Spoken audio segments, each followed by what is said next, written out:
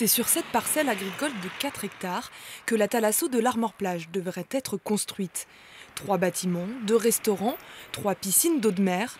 Ce projet, une partie des habitants de la commune n'en veut pas.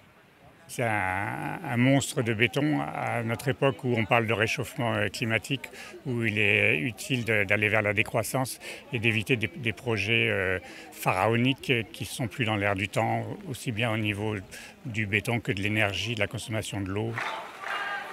Cet après-midi, le collectif Stop Thalasso organisait une nouvelle journée de mobilisation dans le secteur de Kerguelen, à proximité immédiate du projet. Une centaine de personnes a fait le déplacement. On a la chance d'avoir un bel espace sauvage près de la ville. Toute la population peut en profiter. Et si on installe une thalasso, c'est pour des gens privilégiés. On détruit une faune, on détruit une flore. Depuis 2019, une bataille judiciaire est en cours.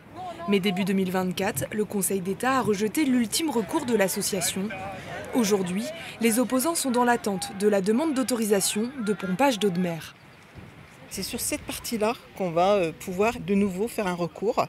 L'idée, effectivement, est d'obtenir que ça ne passe pas au niveau du terrain du conservatoire du littoral et qu'on n'ait pas à creuser toute cette partie-là, dont la dune sur laquelle on est actuellement, qui est une dune fragile et qui est concernée par la submersion.